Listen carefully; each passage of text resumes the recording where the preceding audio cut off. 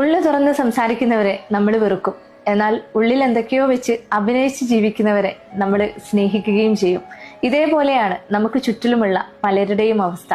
നമ്മളോട് വാതോരാതെ സംസാരിക്കുന്നവർക്ക് വേണ്ട പരിഗണനയോ വേണ്ട വിലയോ നമ്മൾ കൊടുക്കാറില്ല.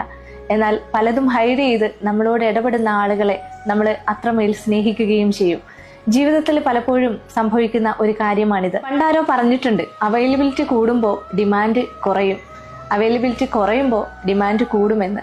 എന്നാൽ തിരിച്ചല്ലേ വേണ്ടത്? നമ്മളോട് ഏറ്റവും കൂടുതൽ അടുത്തിടപഴകുകയും നമ്മളോട് എപ്പോഴും സംസാരിക്കാൻ സമയം കണ്ടെത്തുകയും ചെയ്യുന്നവരെയല്ലേ നമ്മൾ പരിഗണിക്കേണ്ടത്. നേരെ തിരിച്ചാണ് പലപ്പോഴും ജീവിതത്തിൽ സംഭവിക്കുന്നത്.